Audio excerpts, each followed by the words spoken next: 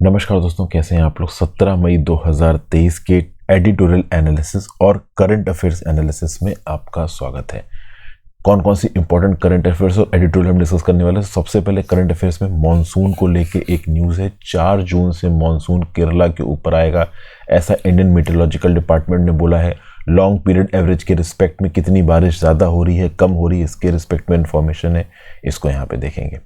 फिर overall enforcement directorate को यहाँ पे सुप्रीम कोर्ट ने कुछ इंस्ट्रक्शंस दिए हैं, तो इन्फोर्समेंट डायरेक्टरेट के रिस्पेक्ट में कुछ इंपॉर्टेंट पॉइंट्स मैं यहाँ पे आपके साथ डिस्कस करूँगा। और इन्फोर्समेंट डायरेक्टरेट प्रेडिकेट ऑफेंसेस को इन्वेस्टिगेट नहीं कर सकता, इससे रिलेटेड जो हाईकोर्ट का जजमेंट है उसके बारे में भी यहाँ पे बात करेंगे। उसके बाद ओवरऑल जो यूरोपियन यूनियन के मिनिस्टर हैं वो इंडिया के ऊपर इल्ज़ाम लगा रहे हैं कि इंडिया रशियन ऑयल को रीरूट करके यूरोप में पहुंचा रहा है। तो इस इल्ज़ाम के रिस्पांस में इंडिया ने क्या बोला, इसके बारे में बात करेंगे। इंडिया के अंदर पहली जो इंडिजीनियस वैक्सीन है डेंगू की, उसके फेज़ 3 क्लिनिकल ट्रायल्स को जॉइंट मोड में सीरम इंस्टीट्यूट ऑफ इंडिया और पैनाशिया बायोटेक द्वारा शुरू किया जाएगा। इसको लेके एक आर्टिकल है, इंपॉर्टेंट आर्टिकल है, इसको देखेंगे। तो ये तो कुछ इंपॉर्टेंट करंट अफेयर्स की न्यूज़ हो गई। 3 एडिटोरियल के आर्टिकल्स मैं आज आपके साथ डिस्कस करने वाला हूँ दोस्तों। एक पर्टिकुलर आर्टिकल एक्सपोर्ट स्टैटिस्टिक्स को लेके है, ट्रिपिंग ट्रेड, इसे हम यहाँ पे देखेंगे। दूसरा आर्टिकल रसिब तैयब अर्दोगन का साथ जो हुआ है कि हाँ भाई फर्स्ट राउंड ऑफ इलेक्शन में वो नहीं जीत पाए, तो अब सेकेंड राउंड ऑफ इलेक्शन हो रहा है, तो ये ओवरऑल इसकी बात करेंगे। और ओवरऑल जो तीसरा आर्टिकल है वो ये है कि राजस्थान के अंदर जो लोकल बोर्ड बनाए जाने की बात की जा रही है, Rajasthan platform based gig worker social security and welfare fund, ये एक्चुअली में राजस्थान के अंदर गिग वर्कर्स को किस प्रकार से राहत दे सकता है, उनकी कैसे मदद कर सकता है, इसके रिस्पेक्ट में एक आर्टिकल है, तो इसको देखेंगे। तो काफ़ी सारे इंपॉर्टेंट आर्टिकल्स दोस्तों आज हम डिस्कस करने वाले हैं। लगभग 8 इंपॉर्टेंट यूनिक आर्टिकल्स हैं और इनको बहुत डिटेल में समझेंगे। आगे बढ़ने से पहले वीडियो पे लाइक का बटन दोस्तों, चैनल को आपने शेयर और सब्सक्राइब नहीं किया, कर लीजिए, इंस्टाग्राम पे फॉलो कर लीजिए दोस्तों। इस पर्टिकुलर लेक्चर की PDF आपको टेलीग्राम ग्रुप में मिल जाएगी।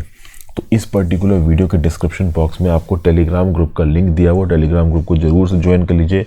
वहाँ पे डेली के बेसिस पे सबसे पहले सुबह आपको PDF मिल जाया करती है। चैनल के रिस्पेक्ट में कोई इंपॉर्टेंट अनाउंसमेंट होगा तो वो भी टेलीग्राम ग्रुप में होगा। जो लोग मेरी ऐप इस्तेमाल करते हैं वो मेरी ऐप हर्षित द्विवेदी एजुकेशन की स्टडी मटेरियल सेक्शन में भी जाके इस पर्टिकुलर PDF को डाउनलोड कर सकते हैं, वहाँ पे भी PDF आपके लिए अवेलेबल है।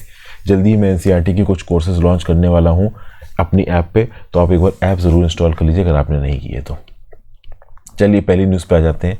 Monsoon to set in over Kerala on 4 June Indian meteorological department.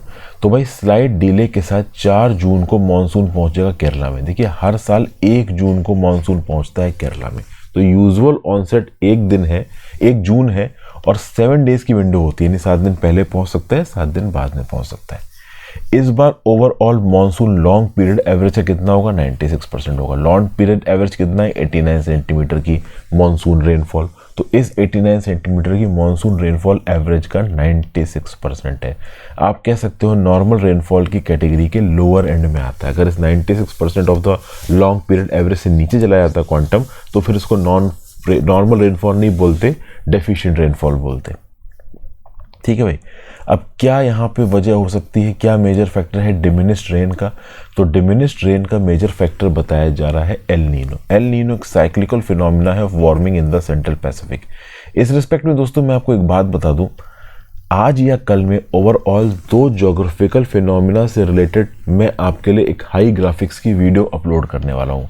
एक वीडियो है इंडियन ओशन डाइपोल की, मैं आपको बताऊंगा कि कैसे पॉजिटिव इंडियन ओशन डाइपोल और negative Indian ocean dipole India के क्लाइमेट को अफेक्ट करता है। क्यों 2019 में जो इंडियन ओशन डाइपोल था, जब वो पॉजिटिव था, उसने ईस्ट अफ्रीका में फ्लड्स लेके आया था और ऑस्ट्रेलिया में बुश फायर्स लेके आया था। तो इंडियन ओशन डाइपोल के बारे में बात करूंगा।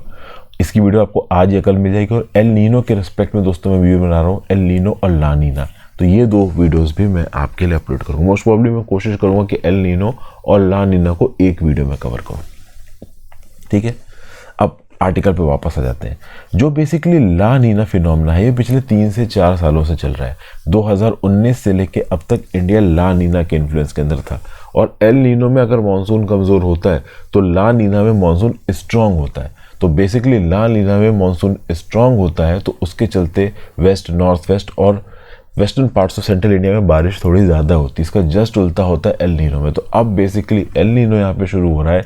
इसी कंटेक्स्ट में लॉन्ग पीरियड एवरेज की जो बारिश आपको 96% नज़र आ रही है। ठीक है भाई। उसके बाद अगर आप देखो तो इंडियन मीटरोलॉजिकल डिपार्टमेंट एक डेडिकेटेड वेदर मॉडल को डिप्लॉय करता है कैलरा ऑनसेट ऑफ मानसून्स को मॉनिटर करने के लिए। मिनिमम टेम्परेचर्स क्या रहे हैं north west India, peak monsoon मार्च में, रेनफॉल में, विंड्स को चेक किया गया upper regions of north east eastern ocean में, और उसके बेसिस में यहाँ पे ये सारे एस्टिमेट किए जा सकें। अब देखिए नॉर्मली होता क्या है कि जब केरला के अंदर मानसून आने वाला होता है उससे पहले अंडमान एंड निकोबार आइलैंड्स तक मानसून की हवाएं पहुंच जाती हैं। तो 20 मई तक अंडमान एंड निकोबार आइलैंड्स में वेदर हेवी रेन्स, क्लाउडिंग वगैरह होने लगती है। लेकिन इसी overall Andaman and Nicobar islands का लोकेशन है बे ऑफ बंगाल में, और बे ऑफ बंगाल में बन रहा था साइक्लोन मोचा। तो बेसिकली साइक्लोन मोचा ने ओवरऑल मानसून विंड्स के साथ इंटरफेयर करके अंडमान एंड निकोबार आइलैंड्स में अभी के लिए पानी की बारिश को थोड़ा डिले कर दिया है। तो बेसिकली 20 मई में आपको अंडमान एंड निकोबार में उतनी पानी बारिश नहीं देखने को मिली, लेकिन ऑब्वियसली बात है 4 जून से केरला के अंदर तो यहाँ पे शुरू हो ही जाएगी। ठीक है भाई। फिर नेक्स्ट बड़ी इंपॉर्टेंट न्यूज़ है, सुप्रीम कोर्ट ने ओवरऑल इन्फोर्समेंट डायरेक्टरेट से बोला है कि भाई डर का, भय का माहौल आप यहाँ पे नहीं फैलाइए। तो सुप्रीम कोर्ट ने ट्यूसडे मंगलवार वाले दिन इन्फोर्समेंट डायरेक्टरेट को क्वेश्चन किया है कि आप एटमॉस्फेयर ऑफ फियर फैला रहे हो। हुआ ये है कि छत्तीसगढ़ की सरकार केंद्र की सरकार की इन्फोर्समेंट डायरेक्टरेट के ऊपर इल्ज़ाम लगा रही है कि इन्फोर्समेंट डायरेक्टरेट पागल टाइप काम कर रही है, इट इज़ रनिंग अमोक, और चीफ मिनिस्टर भूपेश बघेल को इम्प्लीकेट करने की कोशिश कर रही है यहाँ पे इन्फोर्समेंट डायरेक्टरेट, किसमें 2000 करोड़ के लिक्वर स्कैम केस में। तो यहाँ पे सुप्रीम कोर्ट के एक bench of justice Sanjay Kishan Kaul और एहसानुद्दीन अमानुल्लाह ने यहाँ पे बोला है, और खासकर यहाँ पे इन्फोर्समेंट डायरेक्टरेट को ये धमकी दी है कि भाई आप काम कर रहे हैं, इन्वेस्टिगेशन कर रहे हैं, अच्छी बात, लेकिन आपकी इन्वेस्टिगेशन किसी दूसरे को डरा दे, धमका दे, भाई ये नहीं होना चाहिए। ये बात साफ साफ यहाँ पे सुप्रीम कोर्ट के जजेस ने ओवरऑल इन्फोर्समेंट डायरेक्टरेट को बोली है। तो छत्तीसगढ़ के बिहाफ पे जो सीनियर एडवोकेट है कपिल सिब्बल साहब, इन्होंने बोला है कि 50 एक्साइज डिपार्टमेंट के ऑफिशियल्स को थ्रेट्स मिली हैं, मेंटल और फिजिकली टॉर्चर किया गया है इन्फोर्समेंट डायरेक्टरेट के द्वारा। इनफैक्ट सबसे खास बात दोस्तों तो यहाँ पे ये है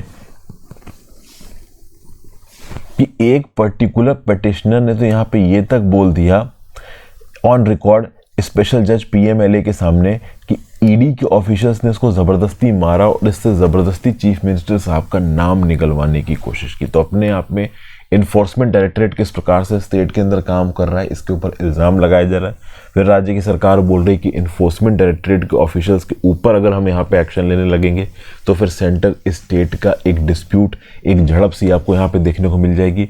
हम ये चाहते नहीं है। तो सुप्रीम कोर्ट में ओवरऑल पहुंची है राज्य की सरकार इन्फोर्समेंट डायरेक्टरेट के एक्शन के अगेंस्ट, और ये इल्ज़ाम लगा रही है कि इस पर्टिकुलर इन्वेस्टिगेशन के थ्रू इन्फोर्समेंट डायरेक्टरेट अलग अलग ऑफिसर्स के ऊपर प्रेशर डाल रही है कि वो ज़बरदस्ती चीफ मिनिस्टर का नाम बोले।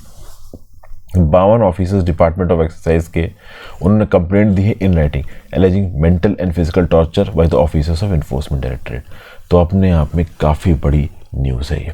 ओके ठीक है भाई। अब ओवरऑल इन्फोर्समेंट डायरेक्टरेट की बात की जाए, देखिए खास बात ये छत्तीसगढ़ की सरकार का ये बोलना है कि इन्फोर्समेंट डायरेक्टरेट ये जो पूरी की पूरी इन्वेस्टिगेशन कर रहा है इसका कोई ज्यूरिसडिक्शन नहीं है, और ओवरऑल ये पर्टिकुलर इन्वेस्टिगेशन इलीगल है क्योंकि अंडरलाइंग प्रेडिकेट ऑफेंस नहीं है। देखिए ओवरऑल इन्फोर्समेंट डायरेक्टरेट को ताकत मिलती है prevention of money laundering act से। तो prevention of money laundering act के अंदर अगर मनी लॉन्ड्रिंग वाला कंपोनेंट मिल रहा है तब तो ओवरऑल इन्फोर्समेंट डायरेक्टरेट की ताकत यहाँ पे प्ले में आ जाती है।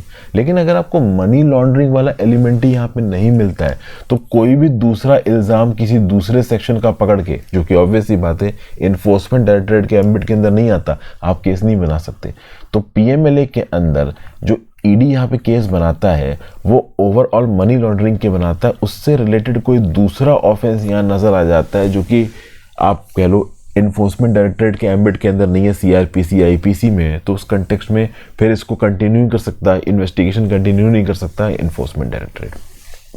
तो बेसिकली इन्फोर्समेंट डायरेक्टरेट को मनी लॉन्ड्रिंग मिली नहीं है और यहाँ पे कोई दूसरा प्रेडिकेट ऑफेंस मिला भी नहीं, और मिल भी जाता तो भी ओवरऑल इन्फोर्समेंट डायरेक्टरेट यहाँ पे एलिजिबल नहीं होता। तो बेसिकली यहाँ पे ओवरऑल इन्फोर्समेंट डायरेक्टरेट बिना ज्यूरिसडिक्शन ज़बरदस्ती गलतियाँ निकालने की कोशिश कर रहा है, ऐसा भी छत्तीसगढ़ की सरकार सुप्रीम कोर्ट में बोल रही है। छत्तीसगढ़ की सरकार ने एक ओरिजिनल सूट फाइल किया under article 131 of the constitution. तो basically prevention of money laundering act 2002 के कुछ प्रोविजंस के अंदर ये सूट है ये बेसिकली प्रोविजंस यही बात करते हैं कि राज्य की सरकार के अंदर के एम्प्लॉयज़ को और पॉलिटिशियंस को इन प्रोविजंस के थ्रू परेशान करने की कोशिश करती है सरकार, तो बेटर रहेगा कि इन प्रोविजंस को यहाँ पर रद्द कर दिया जाए। 2 छत्तीसगढ़ बेस्ड पर्सन ने इस पर्टिकुलर पेटिशन को मूव किया सुप्रीम कोर्ट के अंदर। एक पर्टिकुलर पर्सन तो वही है जिसको ओवरऑल यहाँ पे अरेस्ट भी किया गया था इस प्रकार के स्कैम में। बेसिकली अब इन्फोर्समेंट डायरेक्टरेट की थोड़ी बात कर लेते हैं। एक मल्टी डिसिप्लिनरी बॉडी है दोस्तों। काम क्या है इसका? Investigation of offences of money laundering and violations of foreign exchange loss. Department of revenue, ministry of finance के अंदर काम करता है। इसका उदय हुआ था 1 मई 1956 को। पहले एक इन्फोर्समेंट यूनिट हुआ करती थी डिपार्टमेंट ऑफ इकोनॉमिक अफेयर्स में, फेरा 1947 के अंदर। बाद में अगर आप देखो तो इस यूनिट को इन्फोर्समेंट डायरेक्टरेट का नाम दे दिया गया। मद्रास में इसकी ब्रांच खोली गई। 1960 में इसका administrative control department of economic affairs से डिपार्टमेंट ऑफ रेवेन्यू के पास चला गया। तो ओवरऑल किस प्रकार से एवोल्यूशन हुआ है आपका इन्फोर्समेंट डायरेक्टरेट का, वो यहाँ पे आप देख सकते हो। अब इन्फोर्समेंट डायरेक्टरेट को कौन कौन से एक्ट्स के अंदर ताकत मिलती है इन्वेस्टिगेशन की? तो COFEPOSA, conservation of foreign exchange, prevention of smuggling activities. फिर FEMA, foreign exchange regulation management act 1989, foreign exchange regulation act को हटा के ये फेमा ही लाया गया था। फिर आगे बात करें prevention of money laundering act 2002, fugitive economic offenders act 2018। इसके अंदर ओवरऑल इन्फोर्समेंट डायरेक्टरेट को ताकत मिलती है कि वो इन्वेस्टिगेशन कर सकता है। लेकिन दिल्ली हाई कोर्ट ने रिसेंटली ये बोला है कि इन्फोर्समेंट डायरेक्टरेट मनी लॉन्ड्रिंग से रिलेटेड क्राइम्स की इन्वेस्टिगेशन तो कर सकता है, लेकिन जब बात आ जाती है किसी प्रेडिकेट ऑफेंस की, किसी ऐसे ऑफेंस की जो सीधे सीधे मनी लॉन्ड्रिंग या फिर ओवरऑल ईडी के किसी एम्बेट में नहीं जुड़ा है, बट ओवरऑल किसी और ही सेक्शन में आईपीसी वगैरह में कवर होता है, तो उस कंटेक्स्ट में इन्फोर्समेंट डायरेक्टरेट इन्वेस्टिगेशन नहीं कर सकता। फिर अगली न्यूज़ यहाँ पे, not violating sanctions on Russian oil says centre after EU minister charge. अभी हुआ क्या है कि ब्रूसेल्स के अंदर एक्सटर्नल अफेयर्स मिनिस्टर जयशंकर साहब यूरोपियन यूनियन के फॉरेन मिनिस्टर जोसेफ बोरेल के साथ मिलने वाले थे। अब इस पर्टिकुलर मीटिंग के कुछ घंटे पहले ही ओवरऑल अगर आप यहाँ पे देखो तो जोसेफ बोरेल ने इंडिया के ऊपर ये इल्ज़ाम लगाया कि इंडिया पेट्रोलियम क्रूड ऑयल मंगाता है रशिया से, उसको फिर इंडिया के अंदर रिफाइन किया जाता है और फिर रेडीमेड प्रोडक्ट्स को यूरोपियन मार्केट में बेचा जाता है। तो जब ये इल्ज़ाम यूरोपियन यूनियन के चीफ ने इंडिया के ऊपर लगाया तो ऑब्वियस सी बात है भारत सरकार इसको डिनाई करेगी। भारत सरकार बोलेगी कि आप जो व्यू पॉइंट कह रहे हो वो गलत है। सबसे पहली बात तो ये है कि ओवरऑल क्रूड ऑयल अगर क्रूड फॉर्म में इंडिया के अंदर रशिया से भी आता है और इसको प्रोसेस करके बिल्कुल यूजेबल ऑयल में बदल दिया जाता है तो इसको टेक्निकली रशियन ओरिजिन का नहीं माना जाएगा, इसको इंडियन ओरिजिन का माना जाएगा। जी हाँ दोस्तों, इंटरनेशनल ट्रेड पार्लेंस में अगर फर्स्ट कंट्री से सेकंड कंट्री कोई चीज़ जाता है, सेकंड में कॉम्प्रिहेंसिवली प्रोसेस होती है और फिर थर्ड कंट्री में जाती है, तो उस कॉम्प्रिहेंसिव प्रोसेसिंग के बाद जो कंट्री ऑफ ओरिजिन मानी जाएगी वो सेकंड मानी जाएगी, पहली नहीं। तो ये लॉजिक यहाँ पे जयशंकर साहब ने दिया, लेकिन ऑब्वियसली बात है यूरोप इस पर्टिकुलर लॉजिक को मानने वाला है नहीं।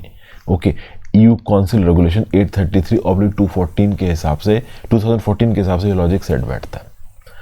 तो मिस्टर बोरेल साहब की यहाँ पे बात की जाए तो जयशंकर साहब से ट्रेस टेक्नोलॉजी टॉक्स में मिले थे, लेकिन अभी ओवरऑल अगर आप देखो जब प्रेस कॉन्फ्रेंस हुई तो यहाँ पे EU executive vice president on competition आए जिनका नाम है मार्गरेथे वेस्टैगर। बोरेल नहीं आए यहाँ पे, तो मार्गरेथे वेस्टैगर यहाँ पे आए और उन्होंने बोला कि भाई अगर आप देखो तो जो सैंक्शंस है रशिया के ऊपर वो हमारे लिए बहुत ज़्यादा इंपॉर्टेंट है। तो बेसिकली इंडिया से अगर रशियन तेल रीरूट होके आ भी रहा है तो भी हम इंडिया के ऊपर फिंगर्स पॉइंट आउट नहीं कर रहे हैं। हम कोशिश करेंगे कि हम इंडिया के साथ बातचीत करके इस पूरी प्रॉब्लम का सॉल्यूशन ढूंढने की कोशिश करें।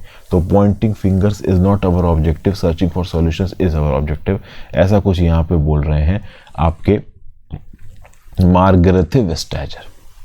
ओके भाई, अगर आप देखो तो यूरोपीय के बोरेल साहब का ये भी बोलना है कि अगर किसी भी प्रकार से डीजल और गैसोलीन यूरोप के अंदर एंट्री मार रहा है और उसका उधर रशिया से था तो उस कंटेक्स्ट में EU मेंबर्स को कुछ ना कुछ तो यहाँ पे देखो करना ही पड़ेगा।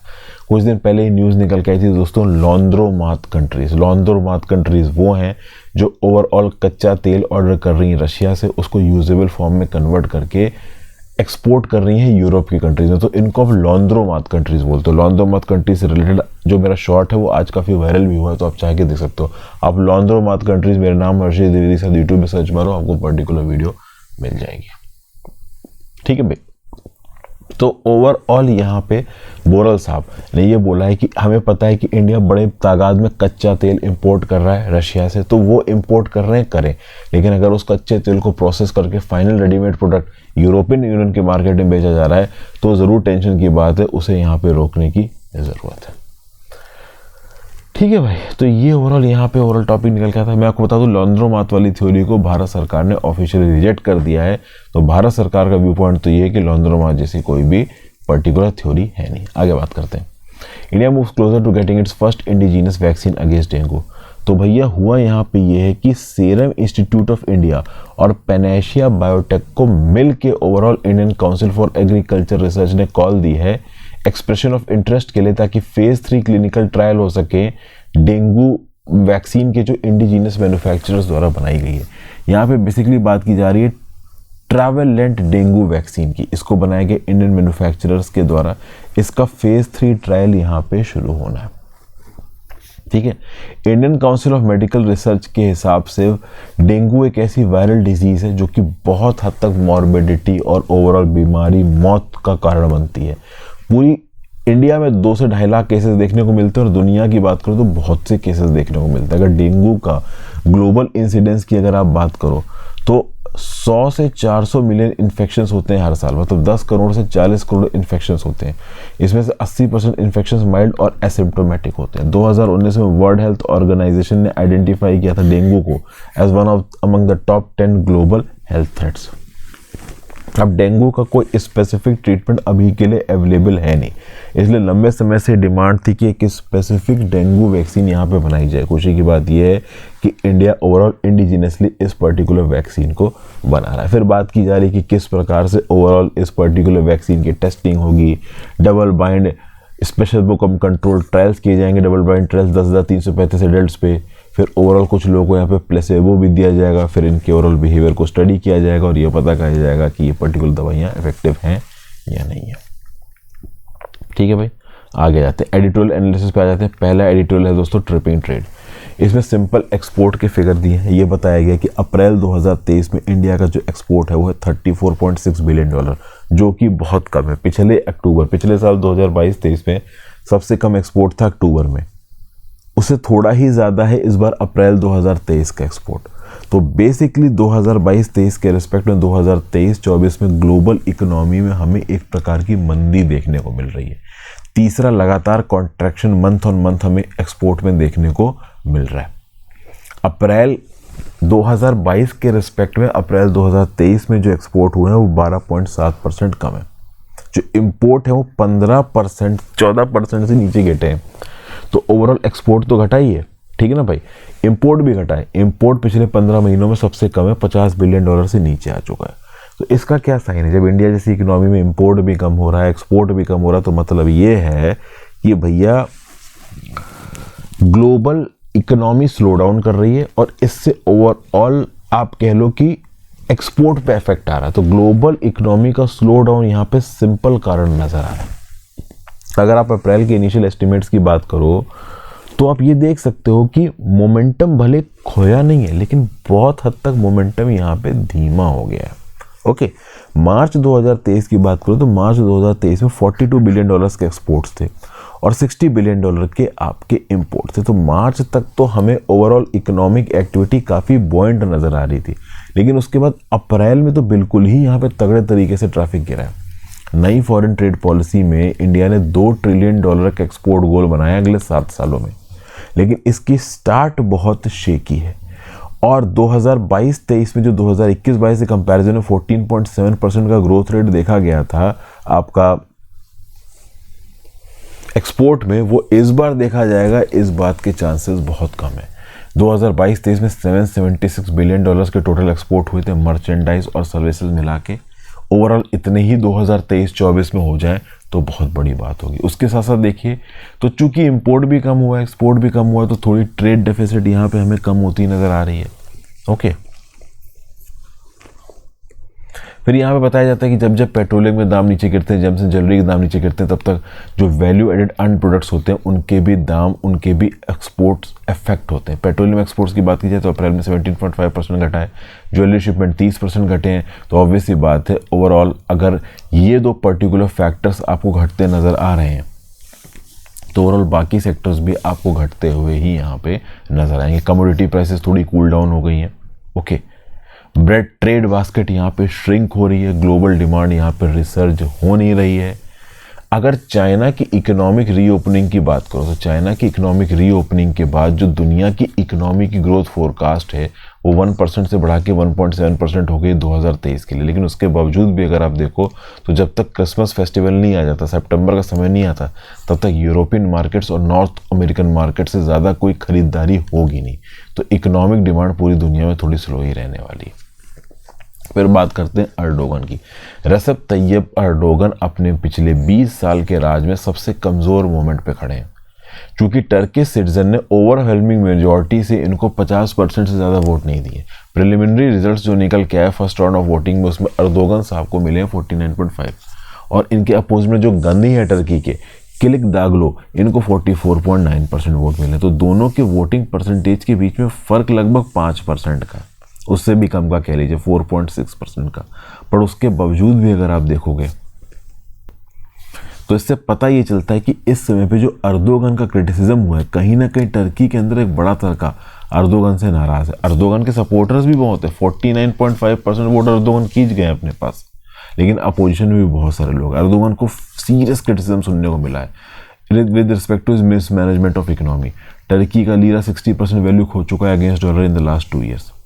ठीक है ना, जो फॉरेन इन्वेस्टर्स हैं वो भाग रहे हैं, करंट अकाउंट डेफिसिट बढ़ती जा रही टर्की की, एनुअल इन्फ्लेशन बढ़ रहा है। और जब अर्थक्वेक आया था फरवरी में तो ऑब्वियसली बात है पुरानी कंस्ट्रक्शन से लेके जो फ्लॉड पॉलिसीज थी अर्दोगन की, उनको भी यहाँ पे कंपेयर किया गया। अर्दोगन की बात करें तो इनकी इस्लामिस्ट जस्टिस और डेवलपमेंट पार्टी एक ही 2003 में पावर में आई थी। टर्की की पॉलिटिक्स में टावरिंग फिगर है, कॉन्स्टिट्यूशन को रीराइट किया, प्राइम मिनिस्टरशिप से ओवरऑल प्रेसिडेंटशिप की तरफ लेके गए टर्की को। 2016 में कूप होने की कोशिश की थी, डिपोज करने की कोशिश की गई थी अर्दोगन साहब को, बट वो यहाँ पे हो नहीं पाया। फिर टर्की को वेस्टर्न स्फीयर ऑफ इन्फ्लुएंस से निकाला अर्दोगन ने, रशिया और अरब कंट्रीज़ के साथ अच्छे रिश्ते बनाए, नाटो की मेंबरशिप को यहाँ पे रीगेन किया। तो बेसिकली ओवरऑल यहाँ पे अर्दोगन किस प्रकार से एक्टिविटी करने वाले हैं आगे, और अगर ये इलेक्शंस जीतते हैं तो ये इलेक्शंस ओवरऑल दुनिया को यही मैसेज देने वाला। सबसे खास बात दोस्तों ये है कि 49.5% अर्दोगन के पास है, 45% समथिंग आपके किलिक दागलू के पास है। बीच में जो 4 से 5% के वोट है ना, ये जिस पर्टिकुलर कैंडिडेट के पास है वो अपने फॉलोअर्स को किसे वोट डालने को बोलता है, ये भी एक बड़ा क्वेश्चन यहाँ पे आगे निकल के आएगा। तो लेट्स सी अर्दोगन यहाँ पे इलेक्शन जीत पाते हैं या किलिक दागलू यहाँ पे इलेक्शन जीते हैं। फिर आगे Rajasthan moves well some hope for gig workers. देखिए, चीफ मिनिस्टर ऑफ राजस्थान ने इस साल की शुरुआत में अनाउंस किया इंडिया का पहला welfare fund, Rajasthan platform based gig worker social security and welfare fund. इसको ओवरऑल यहाँ पे बनाया गया as a regulatory move to unburden gig and platform workers. इसके रिस्पेक्ट में 2020 में कोड ऑन सोशल सिक्योरिटी लाया गया। तो उसी कोड ऑन सोशल सिक्योरिटी के अंदर ये बोला गया था कि राज्य की सरकारों के द्वारा इस प्रकार के बोर्ड बनाए जाएंगे। तो पहला ऐसा बोर्ड बनाया गया राजस्थान के अंदर। ये कस्टमर्स को सर्व करेगा, राज्य की सरकार को सर्व करेगा, फूड रिलीफ प्रोग्राम्स को ग्राउंड पे लोगों तक पहुंचाएगा। 2020 में कोड ऑन सोशल सिक्योरिटी आया था, आज 2023 चल रहा है और 2023 तक ओवरऑल किसी भी राज्य ने इस प्रकार का फंड नहीं बनाया। कि राजस्थान ने इस प्रकार का फंड बना लिया है, वजह ये नज़र आ रही है कि राजस्थान के अंदर जल्दी ही इलेक्शंस होने वाले। तो इंडिपेंडेंस से लेकर अब तक construction worker, dock workers, head loaders, overall इनके लिए बोर्ड बनाए गए इनकी वेलबींग के लिए। लेकिन कहीं ना कहीं ये बोर्ड प्रॉपर तरीके से काम नहीं कर पाए। एक ऐसा ही जो बोर्ड अभी बनाया वो है Rajasthan platform based gig workers welfare board. ये भी एक फैमिलियर इंस्टीट्यूशन है, टेक्नोलॉजी मीडिएटेड वर्कफोर्स की नीड्स को मीट करता है। ये बोर्ड एक ट्राईपार्टाइट इंस्टीट्यूशन है जहाँ पे ब्यूरोक्रेसी, एम्प्लॉयज़ और वर्कर यूनियन सब लोग यहाँ पे प्रेजेंट है और ओवरऑल इनफॉर्मल एम्प्लॉयमेंट को फॉर्मलाइज करने की बात करते हैं। कॉन्ट्रैक्ट और कॉन्ट्रीब्यूटरी वर्कर बेनिफिट्स पहुँच पाएँ ओवरऑल एम्प्लॉयर के द्वारा एम्प्लॉयज़ के पास, इसकी बात करते हैं। अगर आप देखो Rajasthan platform based gig workers welfare board ये सोशल सिक्योरिटी पहुंचाने की कोशिश करेगा राजस्थान राज्य के 3 से 4 लाख वर्कर्स के पास, ताकि अलग अलग प्रकार के सोशल प्रोग्राम्स और स्कीम्स का उनको बेनिफिट मिल सके। ये जो कोड है सोशल सिक्योरिटी का, वो स्टेट की लेबर मिनिस्ट्रीज को मैंडेट देता है कि जो नैरो बुके ऑफ प्रोग्राम्स जैसे प्रोविडेंट फंड प्रोग्राम हो गया, एम्प्लॉयमेंट इंजरी बेनिफिट प्रोग्राम हो गया, एजुकेशनल स्कीम हो गया, स्किल अपग्रेडेशन हो गया, इसको उठा ले और इसमें जो केंद्र की सरकार से पैसा आ रहा है उसको खर्च करके ओवरऑल इन प्रोग्राम्स को चलाया जा सकता है। लेकिन ओवरऑल कुछ ऐसी प्रोटेक्शन स्कीम्स हैं जैसे for example maternity benefit, health, disability cover, age old protection, education, इसके रिस्पेक्ट में केंद्र की सरकार ही स्टेप लेगी और केंद्र की सरकार जब पैसा रिलीज करेगी तब राज्य की सरकार ग्राउंड लेवल पे कुछ कर पाएगी। तो यहाँ पे शॉर्टेज ऑफ फंडिंग भी मैटर प्ले करने वाला है, क्योंकि लॉन्ग टर्म में अगर केंद्र की सरकार की तरफ से पैसा नहीं आया तो राज्य की सरकारों को प्रॉब्लम हो सकती है।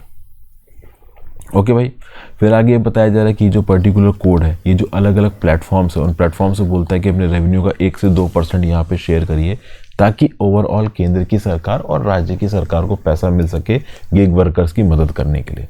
अब कंस्ट्रक्शन कंपनी वालों से 1 से 2% अगर आप निकाल के वहाँ पे काम करने वाले लोगों की मदद को समझ में आता है, लेकिन ओवरऑल ये जो बड़े बड़े प्लेटफॉर्म वर्कर्स है, जोमेटो, स्विगी, ओला, आप कह लो ऊबर, इस प्रकार के वर्कर्स के यहाँ पे जो ड्राइवर काम करते हैं ना, इनको बिजनेस पार्टनर बोला जाता है, इनको वर्कर नहीं बोला जाता। चूँकि इनको बिजनेस पार्टनर बोला जाता है और ऑलरेडी इस प्रकार के प्लेटफॉर्म वर्कर्स बहुत सारी स्कीमें वगैरह चलाते हैं, बहुत बड़ी अमाउंट ऑफ फंडिंग उठाते हैं, इक्विटी वाला हिसाब होता है, तो कुल मिला के बड़े स्केल पे ओवरऑल ये 1 से 2% देंगे गिग वर्कर्स की भलाई के लिए, ये अपने आप में बहुत बड़ा सवाल है। अब राजस्थान की सरकार ने बोल दिया है कि गिग प्लेटफॉर्म वर्कर्स से 200 करोड़ रुपया आएगा और ये 200 करोड़ रुपया इन पर्टिकुलर वर्कर्स की सेफ्टी सिक्योरिटी में लगाया जाएगा।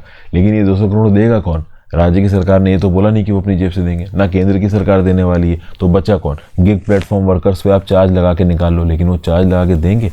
इस बात के ऊपर यहाँ पे क्वेश्चन उठाया जा रहा है। तो बेसिकली कुछ क्वेश्चंस यहाँ पे ज़रूर है, लेकिन इस प्रकार का ट्राईपार्टाइट फोरम बनना स्कीम्स के इम्प्लीमेंटेशन के लिए अपने आप में एक प्रोग्रेसिव स्टेप है। इस प्रकार के इस प्रोग्रेसिव स्टेप पूरे देश में लेने की ज़रूरत है। कम से कम राजस्थान ने शुरुआत ज़रूर कर दी। Thank you for watching friends. I hope आपको लेक्चर पसंद आया। Have a great day.